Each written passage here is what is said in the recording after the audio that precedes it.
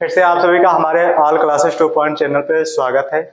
आज हम देखते हैं बायोलॉजी का एक सबसे इम्पोर्टेंट टॉपिक वंशागत का आणविक आधार। अभी तक हम मेंडल के बारे में पढ़ चुके थे। अगर अभी तक वो हमारा वीडियो नहीं देखे तो सबसे पहले उस वीडियो को जाके देख लिया। अगर वो वीडियो पसंद आए तो चैनल को सब्सक्राइब, वीडियो को लाइक जरूर करें, अपने दोस्तों के साथ शेयर कर दे। ये हम एनसीईआरटी के बेसिस क्वेश्चन यहाँ पर सोल्व करेंगे। एनसीईआरटी का बुक पढ़ेंगे जो 12th का है। 12th का चौथा चैप्टर है वंशागत का आणविक आधार। पहले हम देखें अभी तक वंशागत के बारे में हमें पढ़ा, मेंडल ने वंशागत के बारे में बताया। अब ये देखते हैं आणविक आधार क्या होता है। आणविक आधार है जो हमारा आनुवांशिक पदार्थ, आनुवांशिक पदार्थ को ही क्या कहते हैं, आणविक आधार। ये अनुवांशिक पदार्थ क्या करता है, जो हमारे माता पिता से हमारे जो पैतृक लक्षण है पीढ़ी दर पीढ़ी हस्तांतरित होते हैं, तो किसके माध्यम से, इसी अनुवांशिक पदार्थ के माध्यम से एक पीढ़ी से दूसरी पीढ़ी में स्थानांतरित होते हैं। एक वैज्ञानिक है जिनका नाम था फ्रेडरिक मिशेल। क्या नाम था? Friedrich Miescher. इन्होंने कोशिका के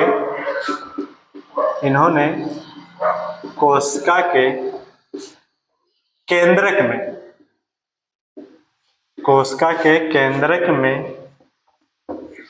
पाए जाने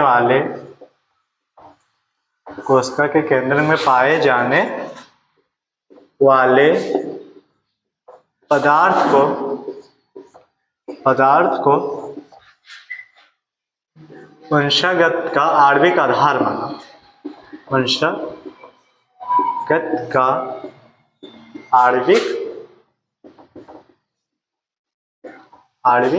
आधार माना। वैज्ञानिक थे जिनका नाम था फ्रेडरिक। इन्होंने देखा कि कोशिका के केंद्र में पदार्थ पाया जाता है जो क्या होता है, वंशागत का आणविक आधार होता है। यानी कि यही भैया एक पीढ़ी से दूसरे पीढ़ी में लक्षणों का स्थानांतरित करता है। और इन्होंने इसे न्यूक्लिन नाम दिया। क्या नाम रखा? न्यूक्लिन। इन्होंने इसे न्यूक्लिन नाम दिया। ये भी क्वेश्चन पूछे गए थे, न्यूक्लिन नाम किसने दिया था? तो फ्रेडरिक मिशेल ने। बाद में जब और जानकारी मिली तो बाद में इसे न्यूक्लिक अम्ल कहा गया। बाद में इसे न्यूक्लिन को न्यूक्लिक अम्ल कहा गया। पहले की उतनी जानकारी थे, पहले लोगों को पता नहीं था। फिर जब ज्यादा जानकारी, ज्यादा पता, जो ज्यादा इस पे खोजबीन हुई तो पता चला कि ये जो न्यूक्लिन है ये न्यूक्लिक अम्ल है। ये सब क्या है? ये न्यूक्लिक अम्ल है। अब आगे हम देखते हैं न्यूक्लिक अम्ल क्या होते हैं।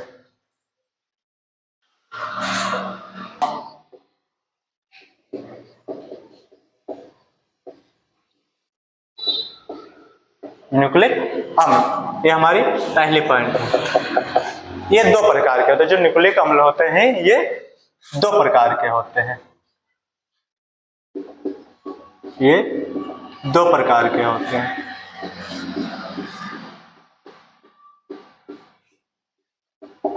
एक है, पहले का नाम है डीएनए, जिसका फुल फॉर्म पूरा नाम होता है डीऑक्सी राइबो न्यूक्लिक अम्ल। और दूसरा है आरएनए, जिसका पूरा नाम होता है राइबो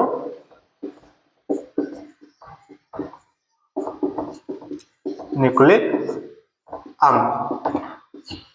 न्यूक्लिक अम्ल दो प्रकार के होते हैं। पहला है डीएनए, जिसका पूरा नाम होता है डीऑक्सी राइबो न्यूक्लिक अम्ल, और दूसरा होता है आरएनए, जो है राइबो न्यूक्लिक अम्ल। डीएनए और आरएनए, जो डीएनए और आरएनए होते हैं, डीएनए और आरएनए ये पॉलीन्यूक्लियोटाइड श्रृंखला होती है। ये कैसी श्रृंखला होती है? पॉलीन्यूक्लियोटाइड श्रृंखला होती है।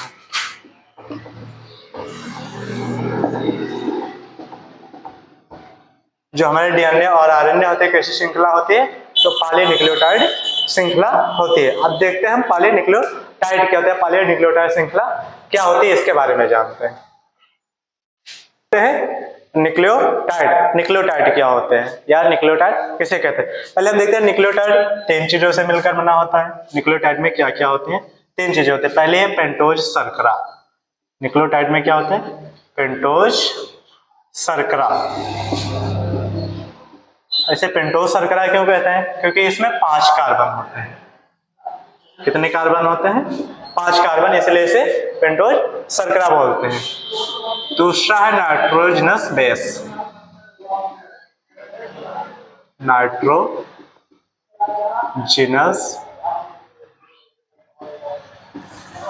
क्षार। और तीसरा है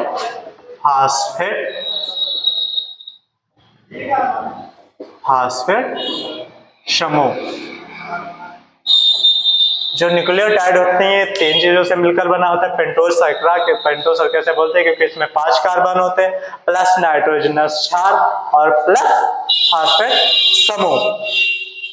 पहले हम देखते हैं शर्करा क्या होता है। पहले हम क्या जान लेते हैं, शर्करा। पहला पॉइंट कौन सा हमारा होगा, शर्करा, जिसे इंग्लिश में क्या कहते हैं, शुगर। इंग्लिश में क्या बोलते हैं, शुगर बोलते हैं। तो कैसा शुगर होता है, तो पेंटोज शुगर। कैसा शुगर पाया जाता है, पेंटोज शुगर। पेंटोज शुगर क्यों होता है, क्योंकि मैंने अभी बताया इसमें कितने कार्बन होते हैं, 5 कार्बन होते हैं, इसलिए पेंटोज शर्करा होती है। अब ये पेंटोज शुगर जो होते हैं ये भी 2 प्रकार के होते हैं। जो पेंटोज शर्करा है ये कितने प्रकार की होती है, 2 प्रकार के। एक हमारा है डीऑक्सीराइबोज शर्करा, डीऑक्सीराइबोज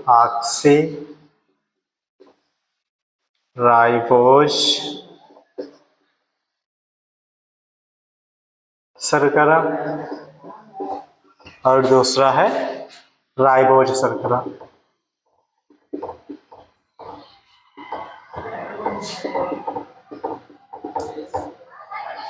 पेंटोज शर्करा ये भी 2 प्रकार की होती है। पहला है डीऑक्सीराइबोज शर्करा और दूसरा है राइबोज शर्करा। डीऑक्सीराइबोज शर्करा किस में पाया जाता है, तो डीएनए में पाया जाता है। ये किस में पाया जाता है, डीएनए में। और राइबोज शर्करा किस में पाया जाता है, तो आरएनए में।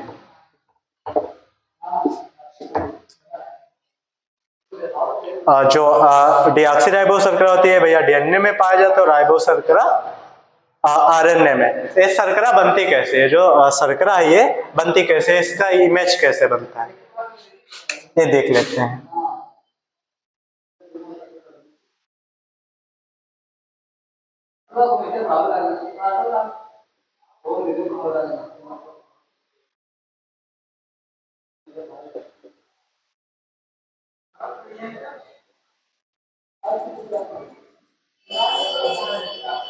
यहाँ भी वो H रहेगा, यहाँ H, यहाँ CH2 वो H। पहले हम देख लेते हैं 5 कार्बन है कि नहीं। तो 1 2 3 4 और 5 कार्बन है। ये होता है डीएनए। सॉरी, डीएनए में जो दूसरा नंबर का कार्बन है इसमें एक OH कम होता है। यहाँ पर केवल वो एक ही H होगा, यहाँ पर वो नहीं होता है। इसी प्रकार राइबोज आरएनए का जो शर्करा बनता है इसी प्रकार बनता है।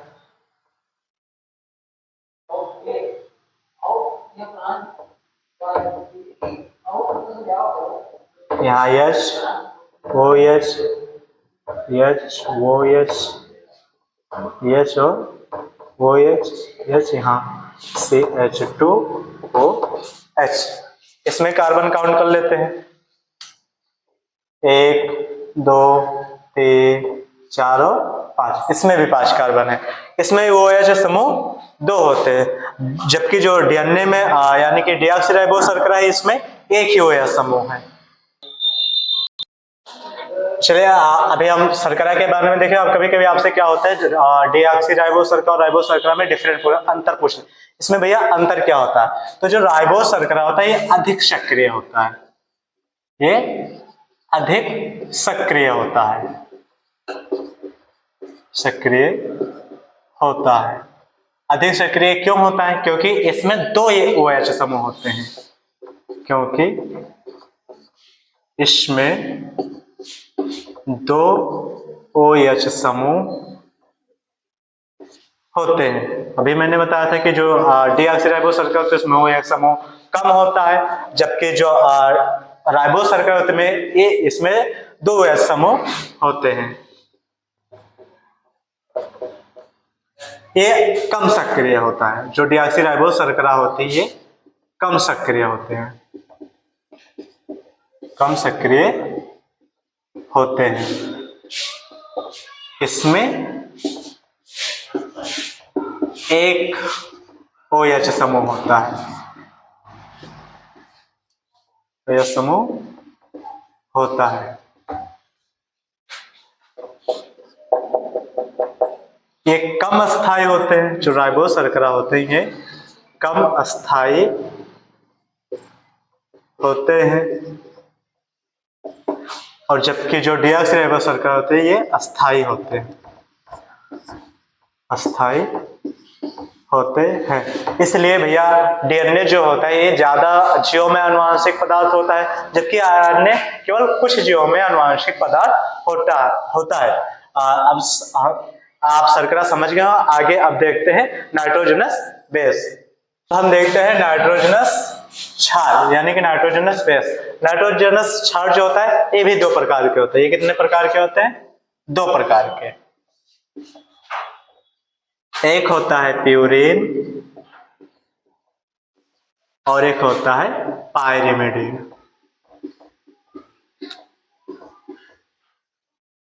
पायरिमिडिन एक होता है प्यूरिन और दूसरा कौन सा होता है? पायरिमिडिन। और जो प्यूरिन है इसमें आते हैं एडेनिन, इसके अंतर्गत आते हैं एडेनिन, और दूसरा आता है ग्वानिन। जबकि पायरिमिडिन के अंतर्गत जो क्षार आते हैं थायमिन,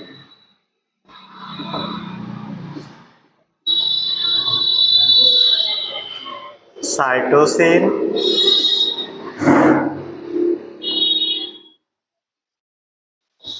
और यूरेसिल। एक, दो, तीन। इसमें प्यूरिन है, इसमें केवल दो नाइट्रोजन बेस है, एक है एडेनिन ग्वानिन, और जबकि पायरिमिडिन है इसमें कितने नाइट्रोजन बेस है? तीन है। एक का नाम है थायमिन, साइटोसिन और यूरेसिल। इसमें दो होते हैं प्यूरिन और पायरिमिडिन में तीन होते हैं। जो क्या कहते हैं प्यूरिन है इसमें दो ओले होते हैं। प्यूरिन में कितने ओले होते हैं? दो ओले होते हैं, दो ओले होते हैं। यानी कि इसका अगर हम शर्करा बनाए तो इसमें दो रिंग होते हैं।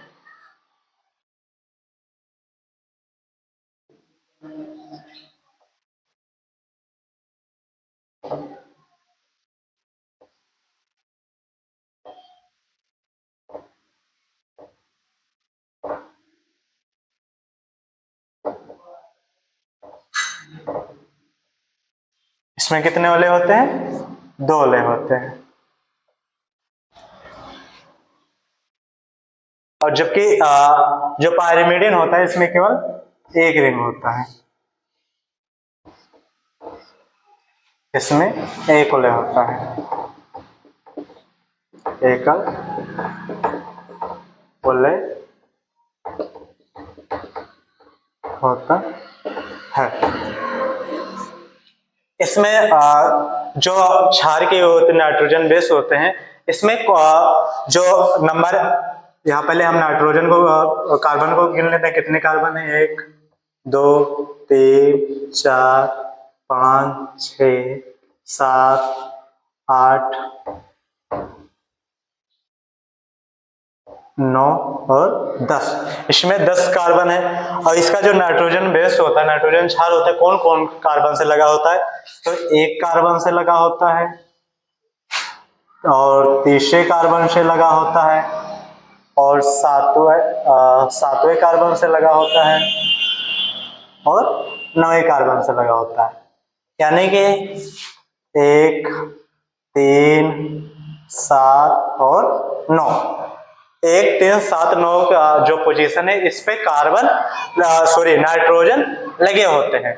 जबकि इसमें काउंट कर लेते हैं कार्बन 1, 2, 3, 4, 5, 6।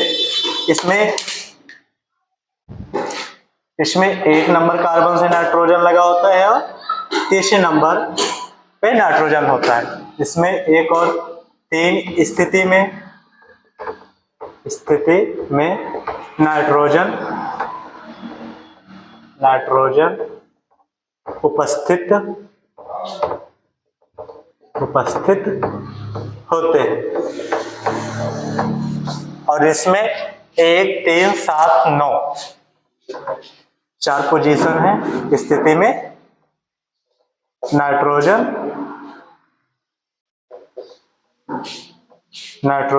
होते हैं। जो प्यूरिन होता है इसमें डबल रिंग होते हैं। इसमें क्या होता है, डबल रिंग में जो आपका पहले नंबर का कार्बन है इस पे नाइट्रोजन लगे होंगे, तीसरे नंबर के कार्बन पे नाइट्रोजन लगे होंगे, 7वें नंबर कार्बन पे नाइट्रोजन लगे होंगे और 9वें नंबर के कार्बन पर नाइट्रोजन होंगे। जबकि जो आपका पिरामिडिन होता है इसमें केवल एक ओले होता है, इसमें 1 नंबर पे नाइट्रोजन लगा होता है और तीसरे पोजीशन पे नाइट्रोजन लगा होता है। टोटल कितने नाइट्रोजन बचते हैं? 5 नाइट्रोजन। 5 नाइट्रोजन क्षार होते हैं, परंतु एक साथ 4 ही होते हैं। इनकी संख्या तो 5 होती है लेकिन एक साथ 4 ही होते हैं। जैसे हम पहले देख लेते हैं डीएनए में कौन कौन से नाइट्रोजन क्षार होते हैं। पहले हम लेते हैं डीएनए में कौन होगा? एडेनिन होता है, ग्वानिन होगा, थायमिन होगा और साइटोसिन होता है। साइटोसिन शॉर्ट में कौन होता है? ए, जी, टी और सी। जबकि आरएनए में देखते हैं, आरएनए में एडेनिन होता है, ग्वानिन होता है, थायमिन नहीं होता। इसमें थायमिन की जगह क्या आ जाता है? यूरेसिल और साइटोसिन होता है, साइटोसिन। शॉर्ट में देखते हैं तो ये जी, यू और सी होते तो नाइट्रोजन बेस 5 होते हैं लेकिन एक साथ 4 ही रहते हैं। अगर डीएनए में देखा जाए तो डीएनए में एडेनिन, ग्वानिन, थायमिन, साइटोसिन। जबकि आरएनए में क्या होता है? एडेनिन, ग्वानिन, यूरेसिल और साइटोसिन। बस क्या होता है, थायमिन डीएनए में होता है, आरएनए में नहीं होता है, यूरेसिल आरएनए में होता है और क्या कहते हैं डीएनए में नहीं होता।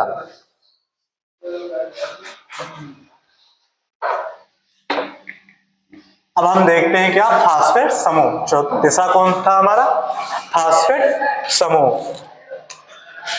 तीसरा फास्फेट समूह।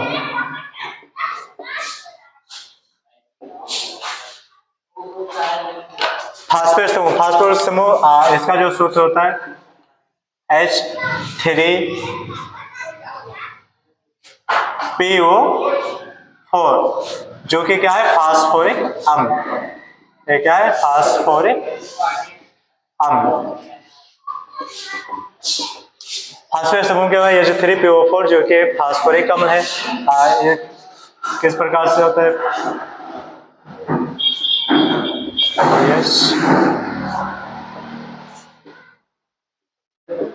ये हमारा क्या है, फास्फेट समूह है जो फास्फोरिक अम्ल है।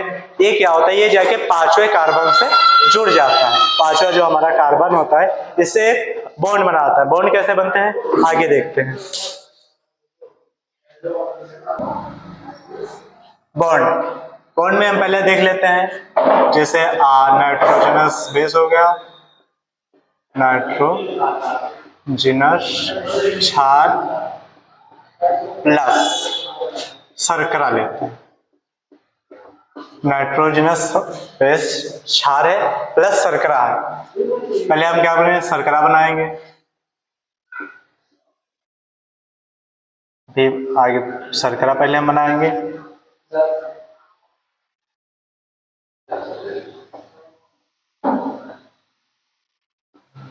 यहाँ कैसा था, OH HCH2OH,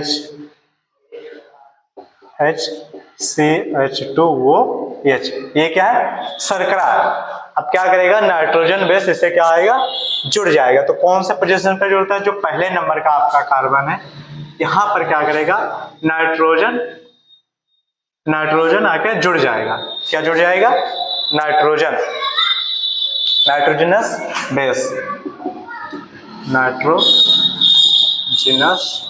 बेस यहाँ क्या कहते हैं, नाइट्रोजन बेस आके पहले कार्बन से जुड़ जाता है। यानी कि नाइट्रोजन बेस क्या करता है, इस ये जैसे क्या करता है, पहले नंबर पोजीशन के कार्बन से एक बॉन्ड बनाता है। इस बॉन्ड को बोलते हैं नाइट्रोजन ग्लूकोसिडिक बॉन्ड। पहले कार्बन से नाइट्रोजन बेस आके जुड़ जाता है, एक बॉन्ड बनाता है जिसे बोलते हैं नाइट्रोजन ग्लूकोसिडिक बॉन्ड। जब नाइट्रोजन पहले कार्बन से जोड़ता है तो इसे कहते हैं न्यूक्लियोसाइड। इसे क्या कहते हैं, न्यूक्लियोसाइड। नाइट्रोजन पहले कार्बन से जुड़ जाता है तो उसे क्या बोलते हैं, न्यूक्लियोसाइड। चलिए दूसरा बॉन्ड देखते हैं। अगर शर्करा, नाइट्रोजन क्षार और फास्फेट जुड़े, ये क्या, अब जब बॉन्ड बनाते हैं तो क्या होता है, पहले हम क्या करेंगे, शर्करा बनाएंगे। ये क्या बनाएंगे, शर्करा बनाते हैं।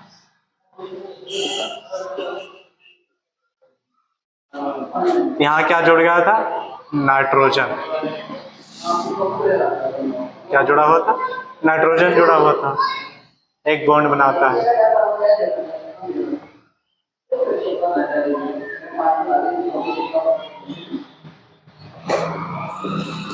अब क्या करेगा, जो पांचवें नंबर का कार्बन से यहां पर क्या जुड़ जाएगा, आपका फास्फेट। क्या जुड़ जाता है, फास्फेट आके जुड़ जाता है।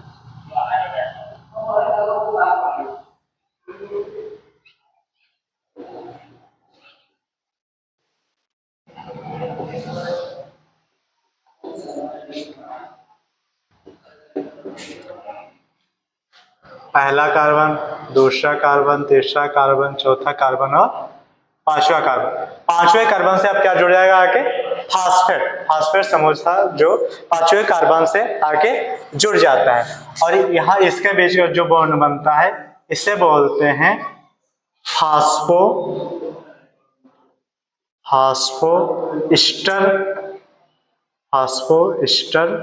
बॉन्ड। और इस बॉन्ड को क्या कहते थे, नाइट्रोजन ग्लूकोसिडिक बॉन्ड। यानी कि अब क्या हुआ, शर्करा भी है, नाइट्रोजन क्षार भी फास्फेट समूह है। पांचवें कार्बन से फास्फेट समूह के जुड़ जाने से एक बॉन्ड बना जिसे क्या बोलते हैं, फास्फोइस्टर बॉन्ड। और फास्फोइस्टर बॉन्ड यानी कि फास्फेट समूह जुड़ने से, यानी कि जब दोनों बॉन्ड बनता है, ग्लूकोसिडिक बॉन्ड और फास्फोइस्टर बॉन्ड भी, तो इसे कहते हैं न्यूक्लियोटाइड। इसे क्या कहते हैं, न्यूक्लियोटाइड श्रृंखला। इसे ही क्या कहते हैं, न्यूक्लियोटाइड श्रृंखला। इसे ही बोलते हैं न्यूक्लियोटाइड श्रृंखला, क्योंकि जो पांचवें कार्बन से फास्फोरस होता है ये फास्फोडाइस्टर बॉन्ड द्वारा जुड़ जाता है, जबकि पहले कार्बन से नाइट्रोजन ग्लूकोसिडिक बॉन्ड द्वारा जुड़ जाता है। आज के लिए केवल इतना ही, नहीं तो वीडियो बहुत लंबी हो जाएगी, आप सब भी देख कर बोर रह रहे हैं। बाकी जो आपका जो नेक्स्ट पॉइंट है, जो आपके नेक्स्ट पॉइंट है, वो आपको अगले वीडियो में मिलेगी। तब तक के लिए जय हिंद।